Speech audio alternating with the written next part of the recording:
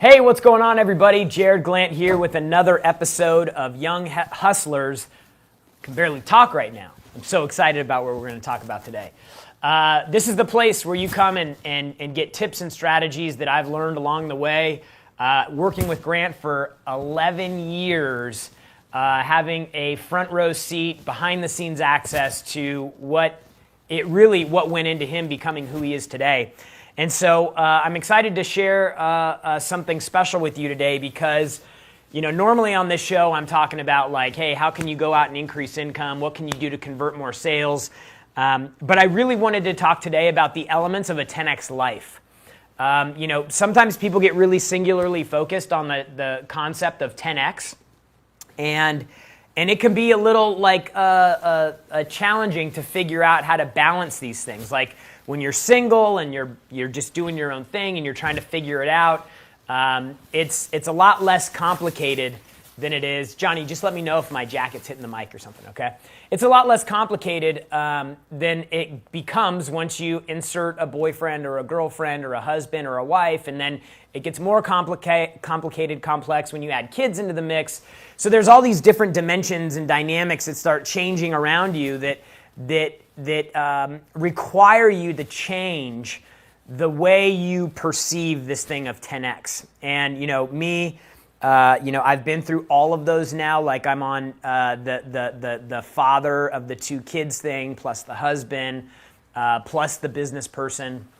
And so it can be a challenge to try to figure out all those things. And so really what I wanted to do today is just lay out because recently my wife and I have been going through a lot of this stuff because things are changing a lot in our life, and we want to make sure that that we are good. Because 10X in one area is not really what 10X means.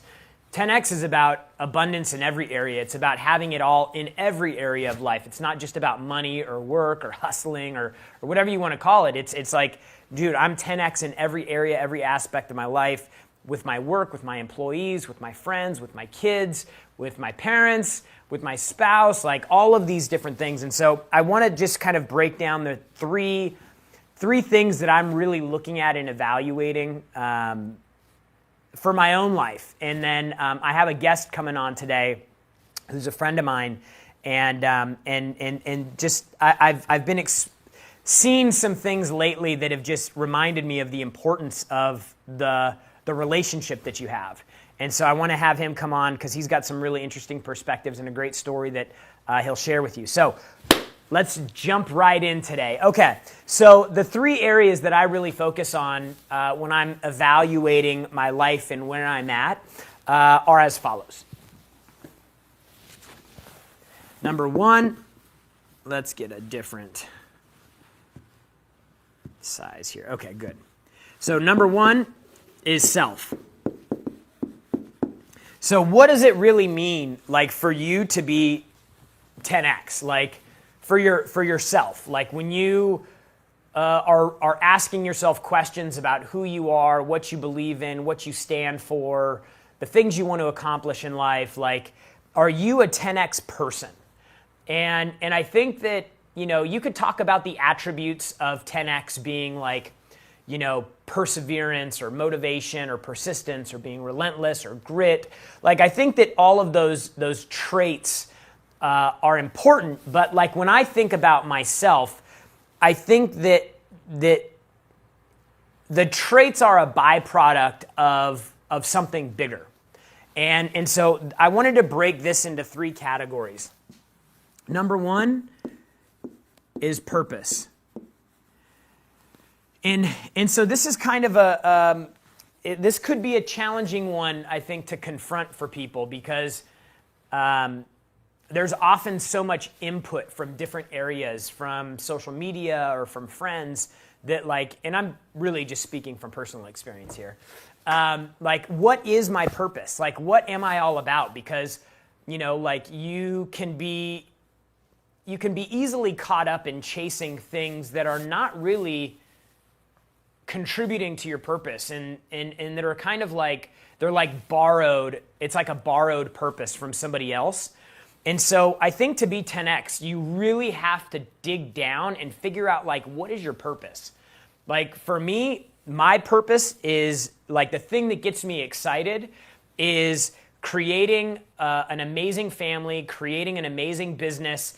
And in my business, I'm actually helping people. Like I've always been my entire life. Like I've always been the first one to offer help. I've always been really like when friends are going through tough times, like I always want to help them. Like I've just deep inside me, like I have this desire to help. And so like for me, I'm looking at, okay, well, in my relationship, what can I do? Like if my relationship isn't right, like I have this desire to help. So like deep down, like I'm like, I have this purpose, like I want to help people. I want to have a family that is strong and productive, and like my kids grow up to be something remarkable and amazing, and I'm all in with my wife at the time. Like and this isn't like as of right now. Like I'm thinking about this when I started making my move, if you want to call it that, with Grant. I'm making $2,500 a month at the time. I'm sleeping on an air mattress. I'm like, what is my purpose? I'm like, dude, I want to help people. I want to make money doing it. I want to have an amazing family, and I want to be the guy in my family that people look at and go, hey, the reason we have what we do today is because your grandfather, your great-grandfather, he made sacrifices that few people are willing to make. He did things that few people are willing to do, and he created an opportunity for us to have more freedom and more choices in the way that we live our life. So for me, like your grit, your determination, your focus is all going to come from the purpose that you have. And so like I would challenge you to really start thinking about like what are those things that are important to you? And what always helps is to actually write stuff down. Like you can get into the habit of like thinking about things, but there's just something like when you start writing stuff down on paper, it all changes. Like it becomes something that now exists in the physical universe. And I think that this is a conversation that people don't have enough. And because they're not constantly asking themselves questions about this, that's when you start adopting these other things. And so it would be like, I would encourage you to start asking yourself questions about like, what is your purpose? What is the thing that gets you excited? Like I make incredible money doing what I'm doing, but I love doing what I'm doing. Like I remember when I had a job and I was making 20 grand a month, and I wasn't in love with what I was doing. Like it was a job, but like I was excited because I was making money. I'm not excited to help people. Like when we have events right here, like literally just walking over, 10x360 is happening right now. I'm going into the bathroom to take a leak before I come on the show, and a guy's in there next to me, and this is first time he's been in the office. He's like, dude, I went to GrowthCon 2017. My brother and I are partners in a construction company. He said, go see if this Grant guy's legit. He came to the event. He's like, dude, he called his brother. He's like, this is amazing. It's awesome. It's incredible. I just spent 40 grand on Cardone University for the team. We're going to blow up. And his brother's like losing his mind, freaking out because he just spent all this money. But their business went from, they did 700 grand in 2017. They did 4.8 million this year. Like that's such a significant change. Like that makes me so happy. It makes me so gratified to see that. Like that's how I know that that's something that registers for me on the purpose line, because I'm seeing people be more successful. And then that allows them to then do the things that they want to do in their life, take care of their family, make more impact, hire more employees, grow their company, serve more people, et cetera, et cetera.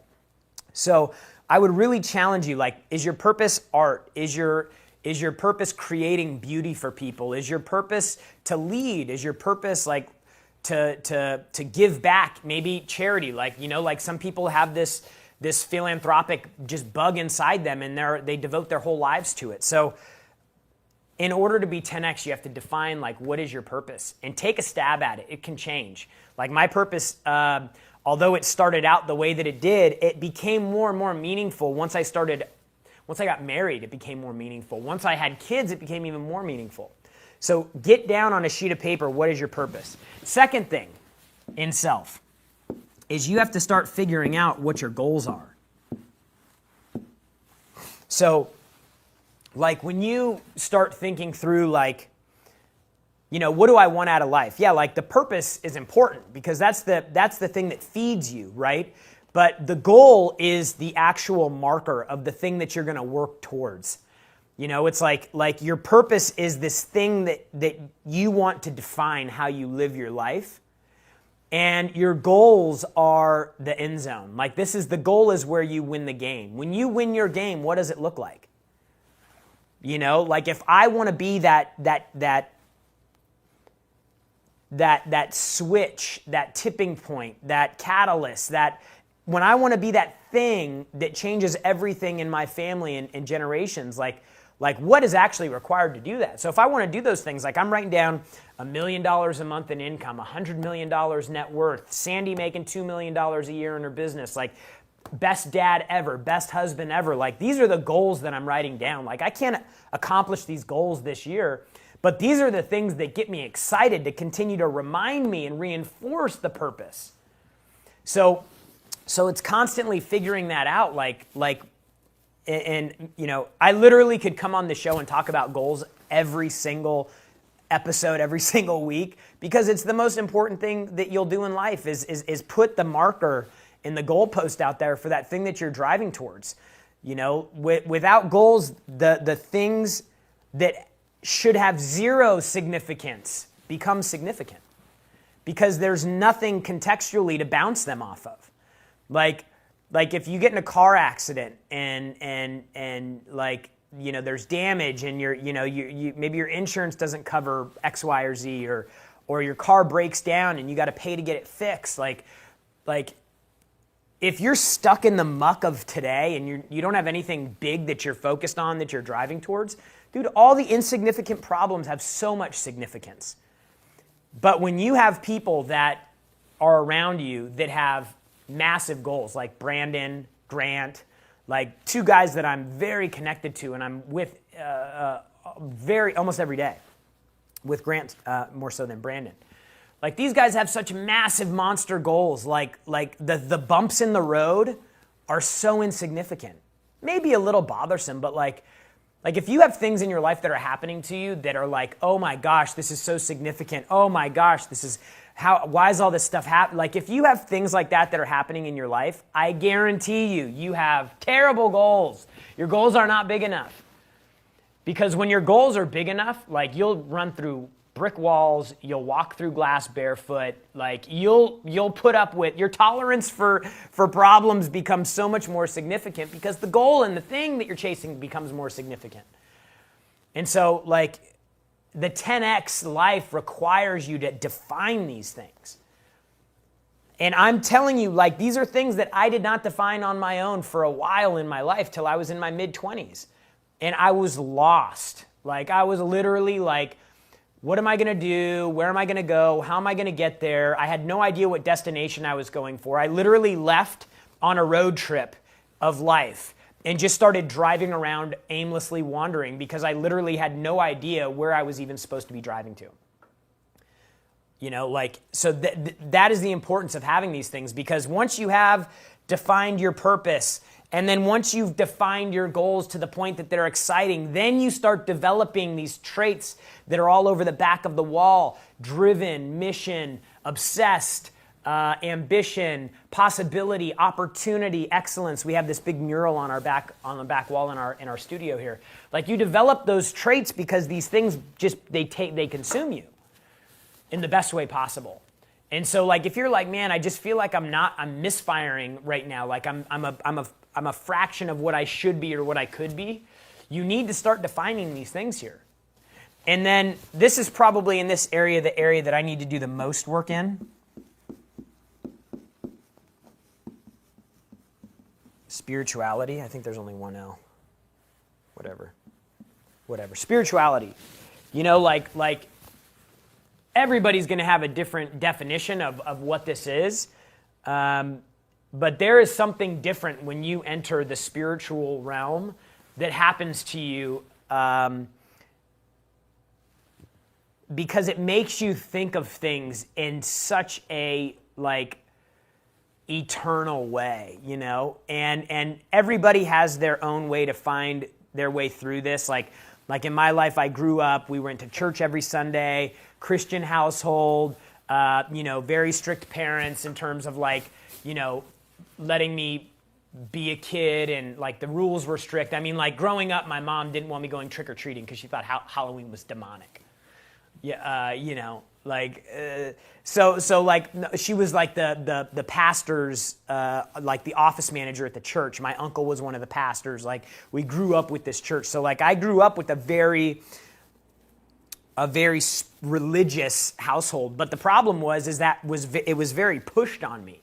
And so I felt like this, even to this day, like I feel this natural rebellion when people try to force me to do things, because it was like, look, like, let me figure this part out on my own. Like, I realize you guys want to have some influence and some say in it, but like, this is much bigger than your life in this body.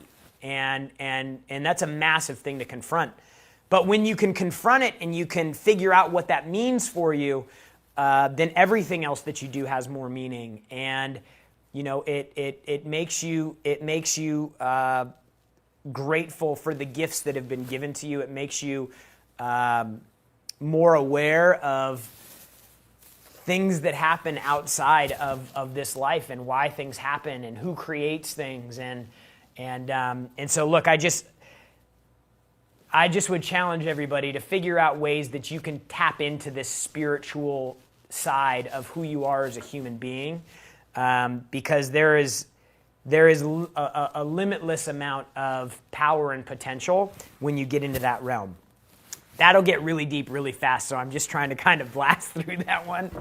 But figure out what that means for you. Figure out what that means to have some higher sense of purpose through spirituality. Okay, so this is the box number 1 for me. Like I'm going through and I'm constantly evaluating these things to make sure that I'm still in alignment with them, that they're still indicative of who I am, who I want to be, who I want to become, the impact that I want to have.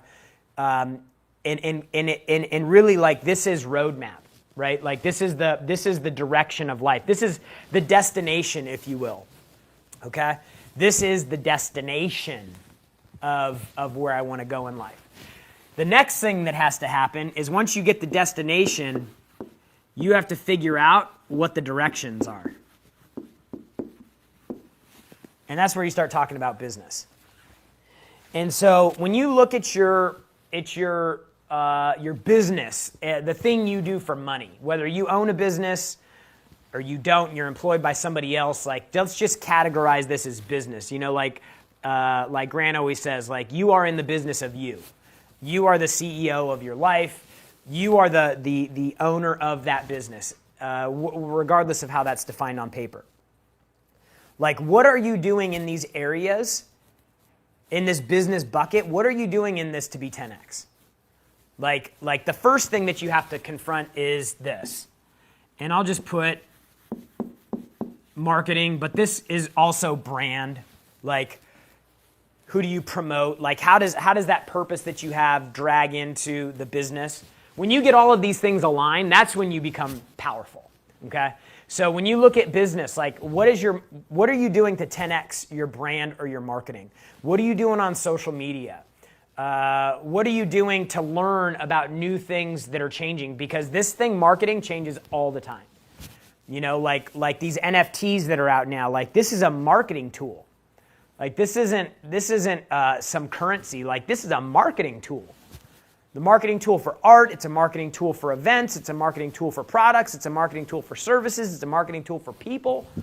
Like, what are you doing to stay connected at 10x levels with your marketing and your branding? What are you doing to remain 10x with your sales? Right? Like, this would encompass customers. What are you doing to be 10x with your customers? What are you doing to have a 10x sales presentation? Like again, think about 10x as like the max volume. And not like loud and fast, but like you are cranked up all the way and this thing is working. Where are the areas that you need to fix right now with your marketing and your branding? When you look at your sales cycle, your process, like where are the areas that you need to do a better job? You need to ask better questions. You need to do more research on your product, on your customer, on the industry that you're in. You need to look at your sales presentation, like what do you need to do to make it more effective?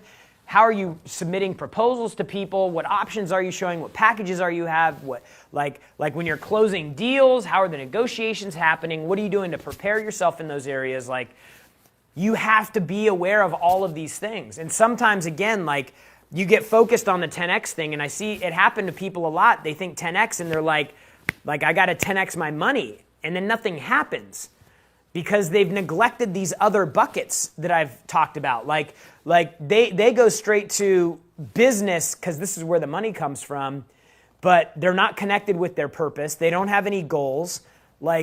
So they don't really have any direction or reason to push.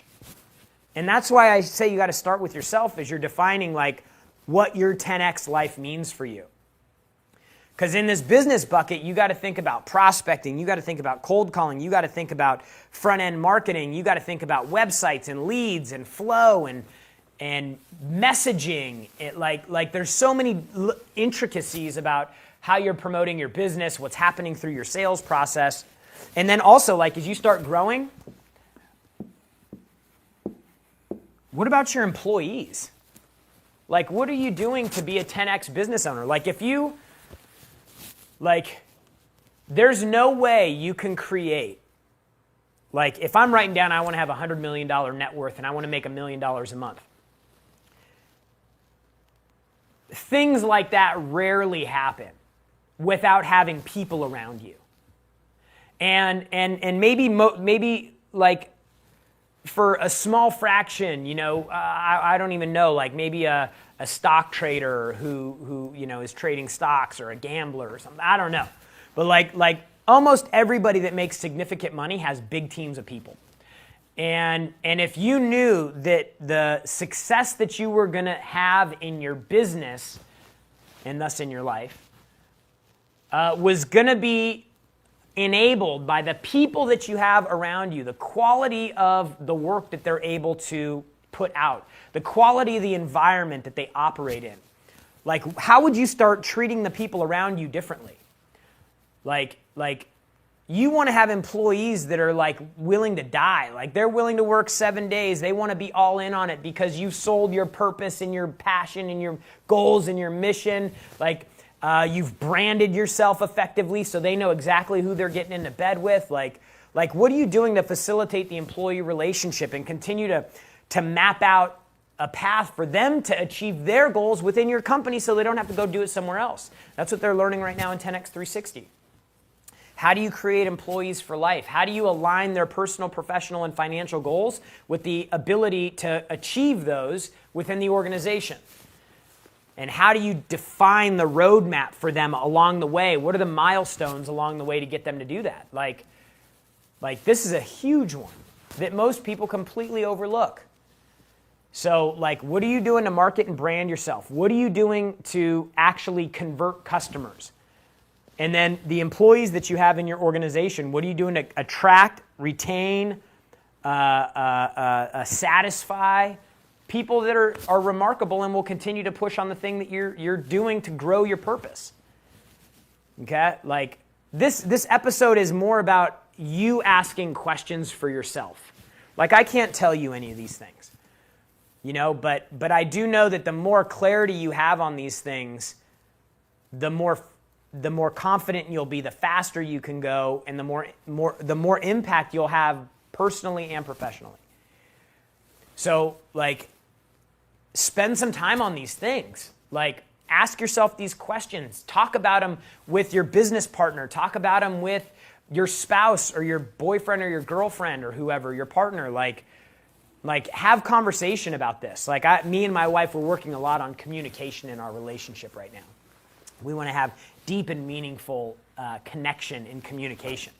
And so that means talking about a lot of these things. And, that's not something getting down deep that's not something that comes naturally to me. It takes work. All of these things are going to require work.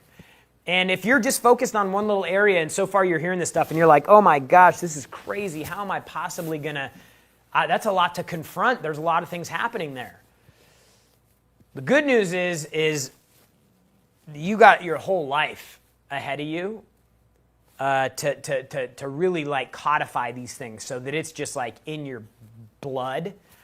Don't worry about how long it's taken you to get to this point. If this is a conversation that you're kind of confronting for the first time, but you have to do it. Like we get people that come in these class workshops that we have into our events, 65 years old, 63 years old, 58 years old. And whenever somebody is coming up to me and I can see that they're above 50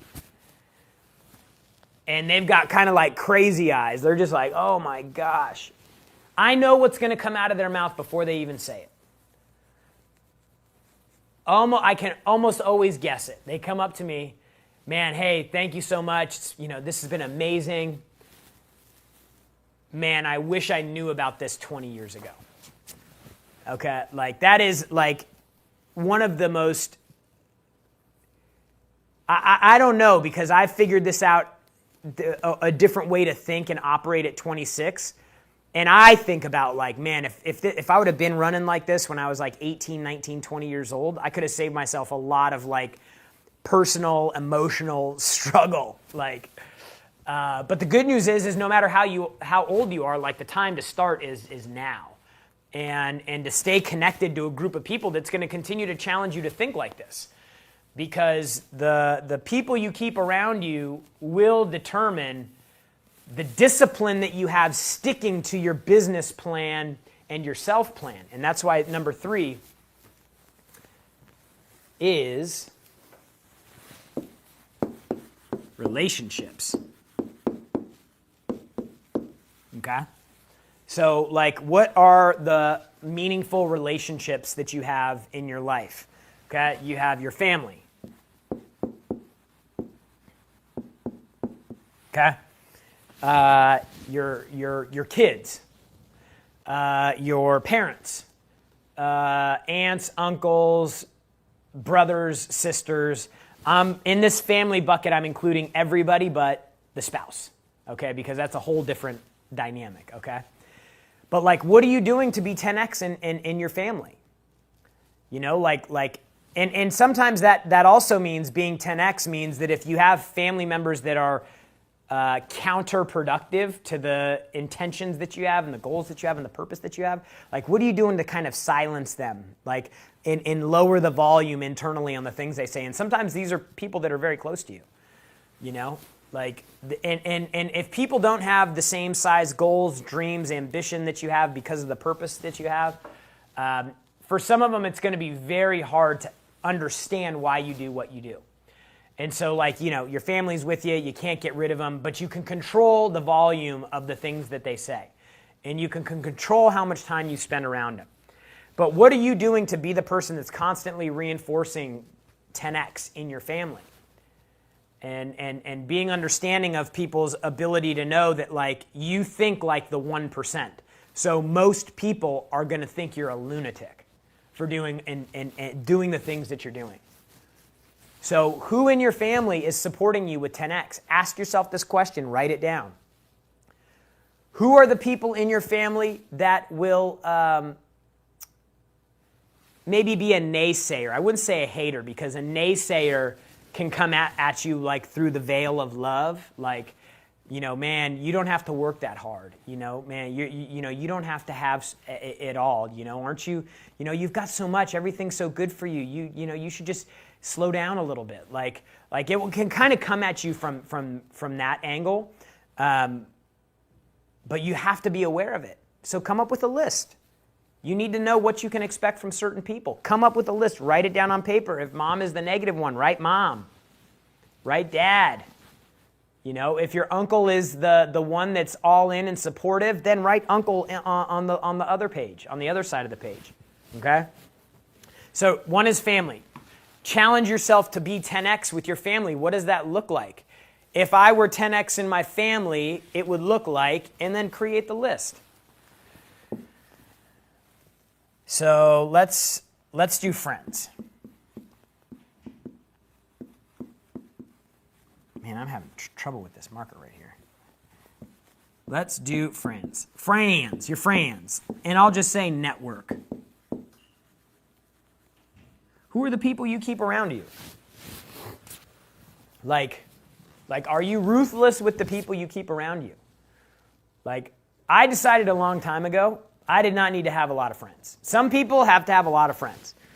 Like, do you understand that if you hang out with a lot of different people, the likelihood that they are on the same page as you is very low. The more friends you get, the more people you hang out with, the likelihood that they're going to be in line with you continues to drop. You know, unless you do things like go to masterminds where people are, you know, for 25 grand, they're making they're doing a demonstration of cash to say, hey, this is who I am and what I'm about and who I want to be around. You know, but who are your 10x friends? And by 10x, I mean who is supportive of what you're doing.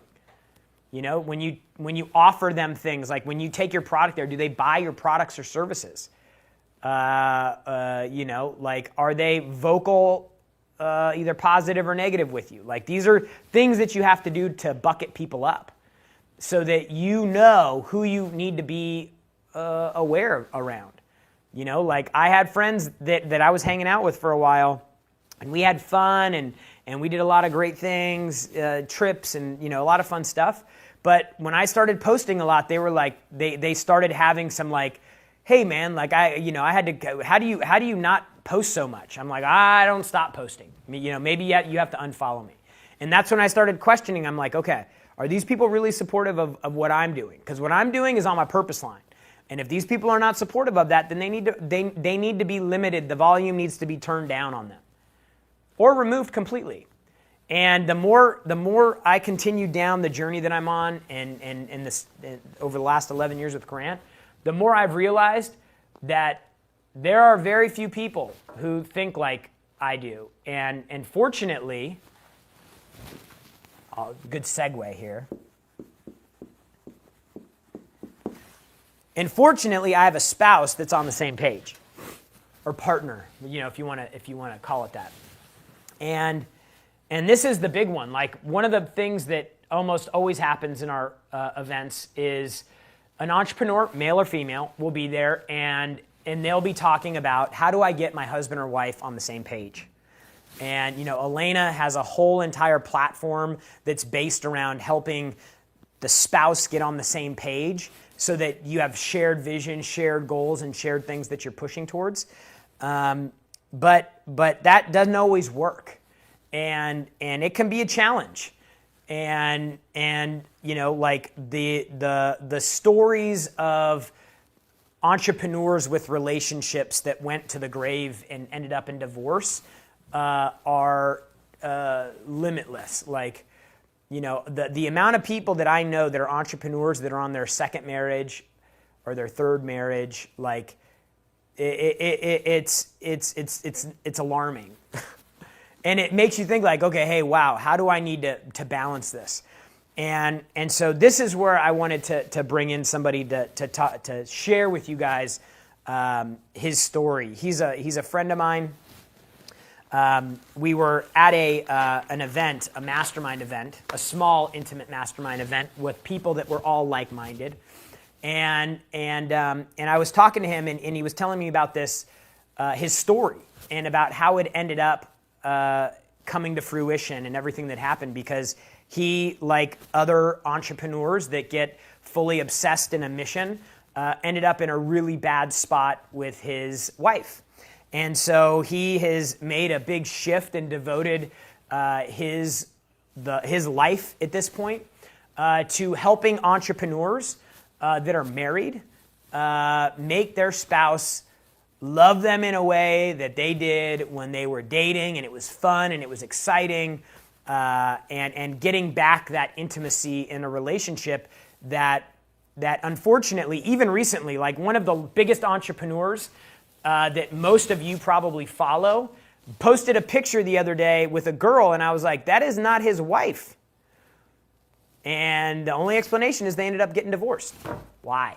So I want to bring on right now my man, Keith Yackey. He's the founder of marriedgame.com. I don't normally do interviews on this show, but this is something that is important, it's meaningful, and if you are either in a marriage right now or a relationship, or you plan on being in a marriage or a relationship and you want to get your business working and your marriage working, then you need to listen to what this guy has to say. Keith, my man, so great to have you.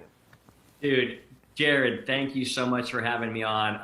I've sat through this whole thing and I loved it. And you know what I love about your guys' movement? It's simple. 10x everything. Like, we're not average. We're 10x. And for me, I look at that and go, I want to live an epic life. Like, nobody as a kid said, man, I can't wait to be average. I can't wait to be normal. I can't wait to just 1x it. And so whenever I like see movements that like the name just says it all, it's so inspiring because you're like, yeah, dude, I want to live a 10x life. I don't want to have some regular, boring, average life. And so all those things you mentioned are so powerful and so good.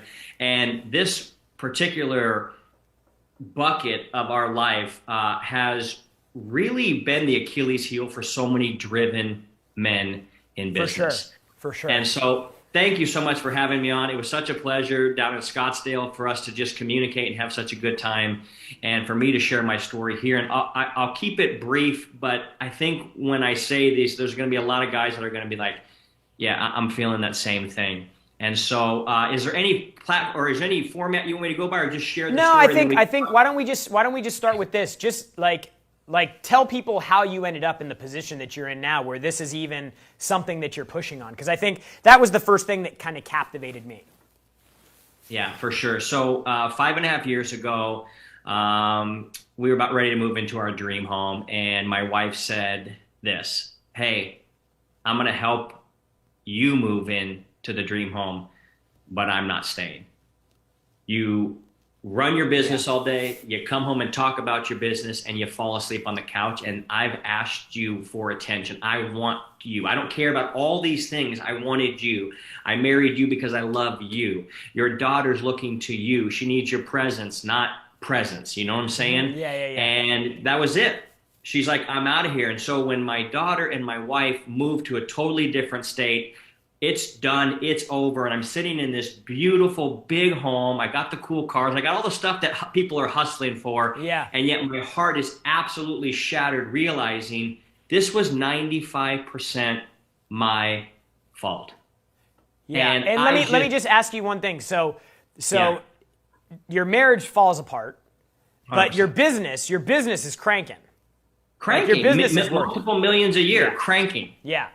Yeah, so just be this is something you need to be aware of. Like it can be so it could be such an illusion because you feel like you're having all of this success. And again, I know, like, I'm like, look at this life that we're living. Look at the life we get to have, the trips we get to go on, the way we get to exist in this world together. Like, how could you not just be happy with that, right? Like, you think as a guy, you're like, this is everything you should want.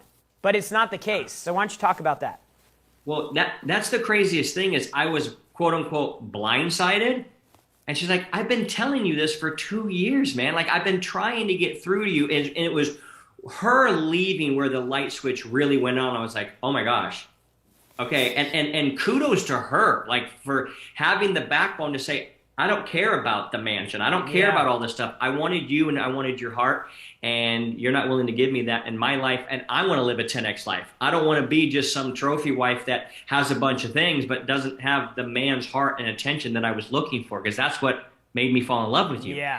So that's where it literally, the light went on for me, Jarrod, where I was like, oh, dude, this is me. You're like, oh shit, I fucked up. This is on me. I need to fix this. Yeah. So she takes herself and your daughter. They move to a different state. Like, what happens next for you? You mean after the 6 hours of crying every day? Yeah. I literally, I've in everything I've ever done, I said I'm going to hire a coach to help me get from A to Z faster and with less pain. And so I started Googling everything, YouTubing everything I could find. This wasn't something, because, before I married my wife, I was very great with women. I had been with lots of women. So attracting women wasn't the thing, but apparently now keeping them was. Yeah. And so I'm like, all right, wait a second, dude. So I hired 3 coaches right away. And I'm like, okay, and their psychology and their tactics were sound, but deep in my heart, I never believed they actually went through it, because the pain I was going through, I didn't sense it from them. And I knew exactly how painful it was to lay in this big, beautiful bed in this big, beautiful house alone, knowing that, dude, my wife and daughter are in another state. And basically she said this was the hardest thing to hear. My life would be better without you in it. But all my clients and my friends were like, you're the greatest. Yeah. And I'm like, but the one person that actually knows me better than anybody says, you're not the greatest. Yeah. That was what the biggest thing. So I hired these coaches. I did get her back after 6 months. So it took you 6 months. What were you doing through 6 months? Like what? Becoming the most attractive version of me and working on me for me this time. It wasn't for her. It wasn't for anything else. In fact, I knew that she wasn't coming back. I had to get to the point where this is over. And I said a line to her just out of my heart. I came to the realization. I said, I feel bad in the sense that you put all this work in and somebody else is going to kind of cash in on all of your effort. Yeah. And I meant it, because I was like, dude, I pushed away the greatest human being I ever met by not being a great human being myself. Yeah. And so that's what I started to work on me. And I started to realize I wasn't a good parent. My wife was basically like, dude, I feel like a single parent. She even said this, Jarrod. She goes, I don't even want to have another kid with you because you were so horrible with the first one. Wow. And I already had 3 other older kids from a previous marriage before. So I'm like, all right, this is a pattern. I'm the problem, and this is a pattern. Yeah. I wasn't a good partner. She's like, I feel lonely in our marriage. Like, we used to do everything together. I'm alone. Yeah. I was a good producer, but who cares at this point? Another thing I'd forgotten, I wasn't a player within my marriage, meaning I wasn't having fun. I wasn't taking her on dates that were remarkable. And when I say remarkable, I'm talking about being really present. I mean, you can go play cornhole in the park and have an amazing day. It doesn't have to be flying on a private jet to the Bahamas. Yeah. And then lastly, and I'm kind of paraphrasing what my dials are that I teach guys, is I had lost my personal power. Mm-hmm. And I was listening to everything you were saying, and you know what you kept referring to was, hey, are you 10X in this? Are you 10X in this? Really, we're asking is, what is your standard that you will never drop below? Yep. 100%. And so I had to create 5 standards, 5 dials to become what now I call, and what I teach guys to become, the provocateur, or the man who provokes his woman to want to be with him. Mm-hmm. And that's what it means to be the most attractive version of you. And when I talk about attraction, I'm not just talking like biceps and abs. Attraction means somebody leans in and says, I want to hear more about what you're saying. I like, and my goal, you talked about, your purpose. I feel like my purpose in life is to make people feel better about themselves after having been with me. Yeah. Like, I feel like that's what makes people great. Yeah. And I didn't know any of that. You're like, dude, this guy can make a multi-million-dollar business. No problem. Got it. Relationship with the one person I really wanted. I got a big F on the test on that one, man. So tell me about, like, give some examples of some things that you become this best version of yourself. You end up getting your wife back. Like, what are some examples of some things that you can do that are meaningful and impactful to engage on a deeper level with your spouse? For sure. So first and foremost, I realized that I wasn't being with my family wasn't a sacrifice; it was an investment. Mm-hmm. And so I'm not going to go hang out with them, but I'm going to be with my family. That's not like I'm sacrificing. I'm like, no, I'm investing into these human beings. Yeah. And so I'll go through the dials and give you quick examples of each one of these, because beautiful. And here's the thing, because so many guys are blindsided. Jarrod, let me take 13-second pause here to realize, here's where guys can know, because I was blindsided, and most guys that come and work with me, they feel blindsided. Mm-hmm. But here's the things to know. Is she not initiating intimacy with you? Yeah. Is she not enthusiastically participating while you're being intimate? Yeah. Or is she more into the spreadsheets than she is the bed sheets? Yeah. If that's the case, then your wife is checked out, and she's probably making plans for her exit, which is the sad thing. And this is my mission, is to help people not get divorced. I think 80% of divorces are absolutely unnecessary. Yeah. But my goal is, yes, I teach guys how to become more intimate and their wives to want them, but the goal is, I feel like a watchman on the wall to say, wait a second, guys, the most critical unit is our family unit, and if that thing separates, now we're having kids make decisions and do things adults can't even do. Yeah. Yeah, and then that thing that you have that's close to you busts apart, and then that bleeds over into the business. And so the thing that you were leaning into and making all these investments in that destroys this thing over here. I mean, I don't know what the numbers are, but I would assume that most people that end up in divorce, their business suffers from it, if not gets completely wiped out. 100%, man. 100%. So I created a system over the last 5 years that helps guys. I've helped guys for the last 3 years. I started with helping guys get their ex back, which was a lot of fun. But in the process, it was, hey, let's teach guys how to be the most attractive version of themselves. Yeah. And when you become the most attractive version of you, I call it this is the real law of attraction. The more attractive you become, the more attractive the offers, the deals, the friends, and the spouses become that get pulled into your life. That's the real law of attraction. No doubt.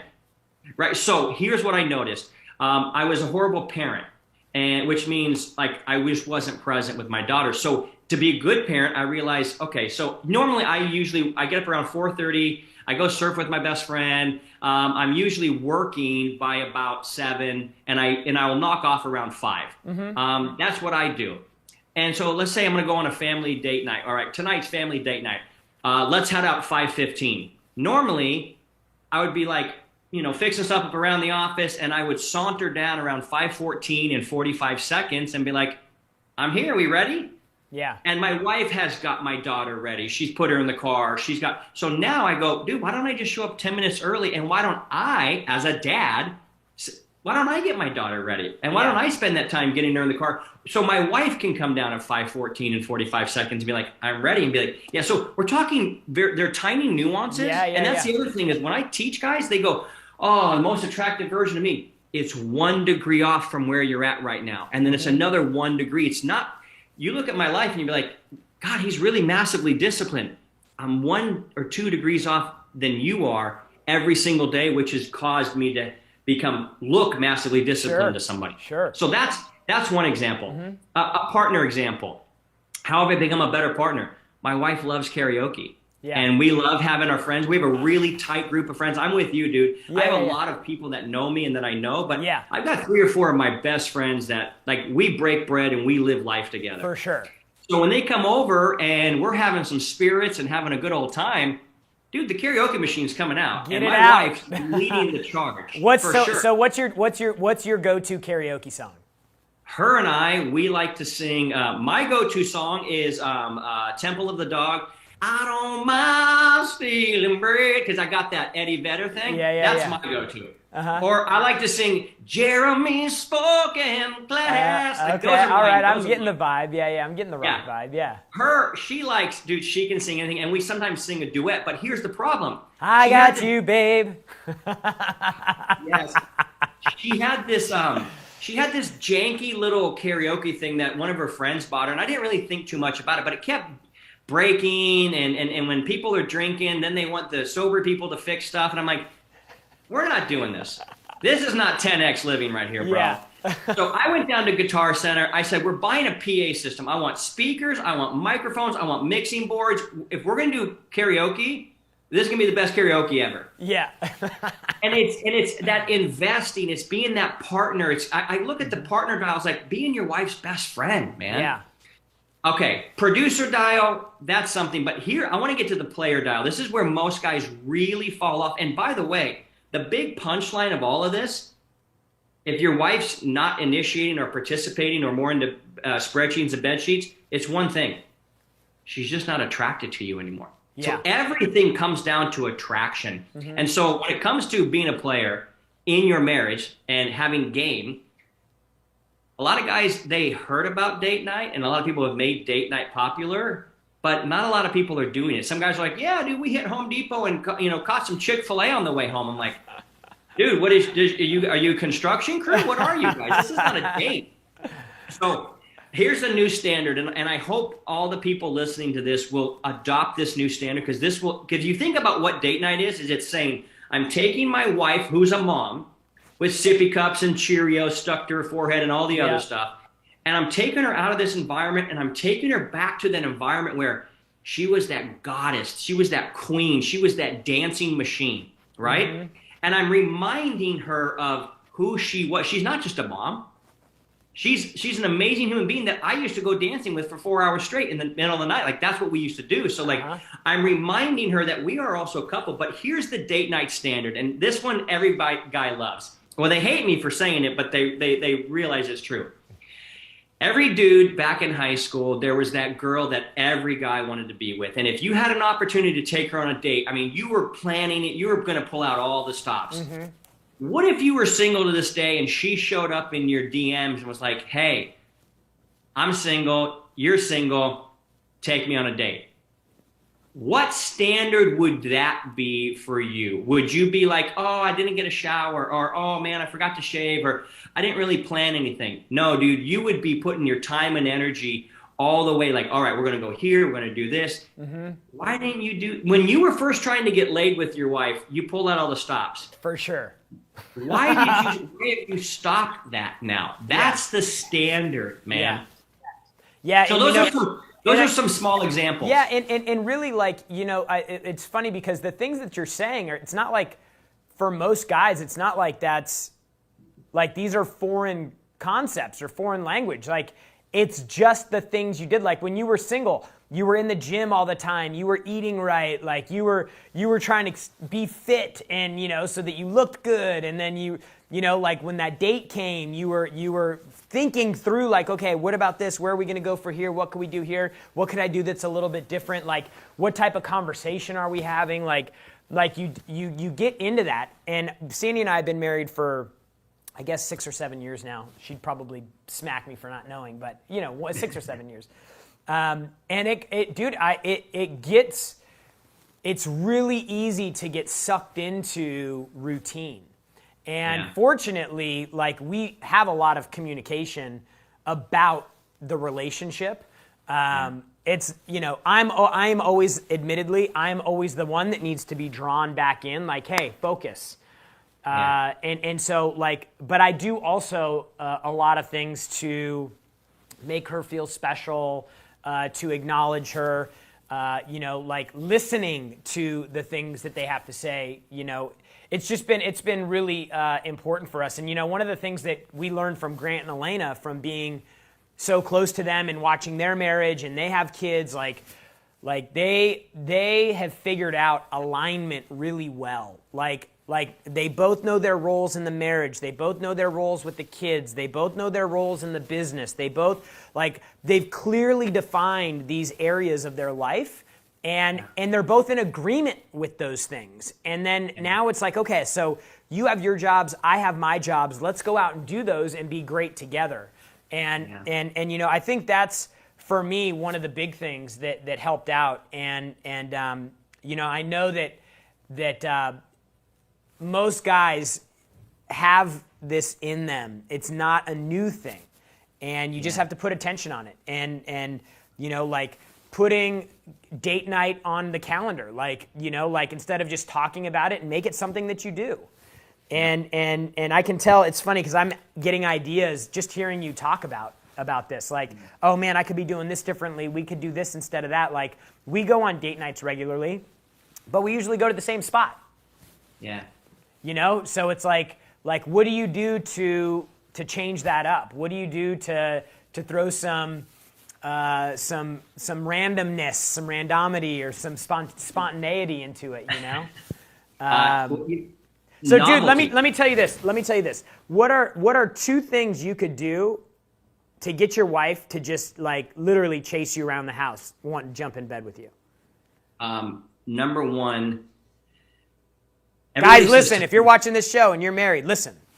Yeah, everybody says time is your greatest asset, and I don't agree with that because you could have all the time in the world and have no energy and be a vegetable, and that's not a good life. And so I think energy is actually your it's your greatest asset next to your time. And so when you spend energy planning out a time together, attention is energy focused, right? My energy, everything is, I'm focused. I'm looking at that green dot on my Zoom camera. So you know what I mean? Like, so women, I believe at the core, when it comes to masculine and femininity, the woman is like, I want my man's attention. I want my man's attention. So if we put this thing, we're all run by this thing nowadays, right? Yeah. You know what? Somebody liked my post. I don't care, because when it comes to 5 o'clock, I put it away. Yeah. That's how I live my life. So I really focus. I'm like, why am I in a relationship with you if I'm not wanting to spend time with you and be with you? So really putting your attention, and we all know, dude, you guys are on conferences, you know, somebody's looking at you, but they're looking over your shoulder, waiting for somebody cool to walk by. And you're like, but that's what people are doing in their home. But this phone is to somebody cool walking by. So number one, give them attention. Number two, and this is the real task, become the most attractive version of yourself. And you don't know what that is, you need to figure it out, because attraction is what this entire thing is based on. So I know an attractive human being stands in his power and keeps his commitments. You talk about goals and destinations and those types of things. The most powerful attractant in the world is a man on a mission who will not compromise his standards. Yeah. If I say I'm getting up and I'm going to be somewhere at 5 a.m., I'm not there at 5:03. I'm there at 4:58, ready to go. Because my word, here's the biggest thing. When the trust goes up, the lust goes up. Ooh, that's a hashtag right there. Tag that one on something. But here's the thing. Oh, my wife trusts me. She knows I won't cheat. I'm not talking about that. She doesn't believe that you're going to take your daughter out on Saturday at 10 a.m. to the park because you always have an excuse why you can't or why you're late. So she doesn't trust you. Your word doesn't have weight. My wife, who's out there in my house somewhere, our friend came over and watched the speech I just gave in Salt Lake to a bunch of people, and I make a lot of crazy claims and a lot of fun stuff when I'm speaking because I'm crazy. And my friend goes, "What is it like for you to watch him?" She goes, "Everything he's saying up there is 100% true and accurate because his word is 100% his bond. Yeah. He will not break it for nothing." Yeah. So that's that. And the overarching thing is, gentlemen, you need to do this for you, because if you're doing it for her, it looks like you're needy and desperate, and that's the least attractive thing in the world. Yeah, and that's why a lot of guys are like, "I took out the trash, I bought the dishes, I bought this," and she's like, "And now what? So do you want intimacy? Are we transacting here?" It's not a bad action, it's a bad attitude. It's a needy, "Where's my cookie, mama? I did my chores," and that loses attraction. So those are some things that if guys understand that, they would radically up her lust for you, which means, that's why I call it a provocateur. I want to provoke my wife to look at me and go, "That's my man, dude. That's my man." Now we're talking. My man, I appreciate you coming in and sharing so much with us today. Check out marriedgame.com to see what Keith is up to. You know, this is an area that, you know, like I know in our community, that's why Elena came in, is because she's like, this is a problem. There's disconnect in marriage between entrepreneur and spouse, and it creates problems and breaks, and you know, just like it did in Keith's relationship, and now he's on the move to help guys get the game back. So thank you so much for being here, man. I really appreciate you joining us today.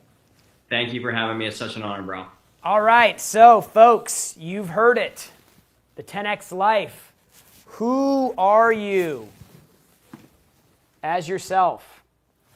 Who are you? What is your purpose? What are your goals? How do you define your spirituality? Ask yourself these questions. Write it down on paper. Like, take notes. This is serious. This is about life. This isn't about a cold call. This is about like the reason you're making the cold call and how successful you'll be on the cold call. Number 2, your business. What are you doing to be 10x with your presence and your brand? What are you doing to be 10x with the way that you handle customers and conversion? What are you doing with the way that you handle and grow your employees? And 3, your relationships. Your family, your friends, and your spouse. Handle it. Because you can't be 10x. If any of these areas is not 10x, then you can't be 10x. So set your targets, like Keith said, like these are the standards that you operate by in each of these areas. If you don't have a spouse yet, what are those standards for you? You know, like with your friends, define what the standards are so that you understand those and that you're aware of them and you're thinking with them. So, man, I hope this show was helpful. Make sure you drop some love in the comments if you enjoyed this topic. Again, a little bit of a sidestep from what I think most people would normally expect when they come to this show, but it really, really is an important thing to be thinking with as you are going out and trying to 10x your life. So thank you so much for being here. Remember, the only people who condemn the hustle are the ones who've given up on the hustle themselves. We'll see you next week.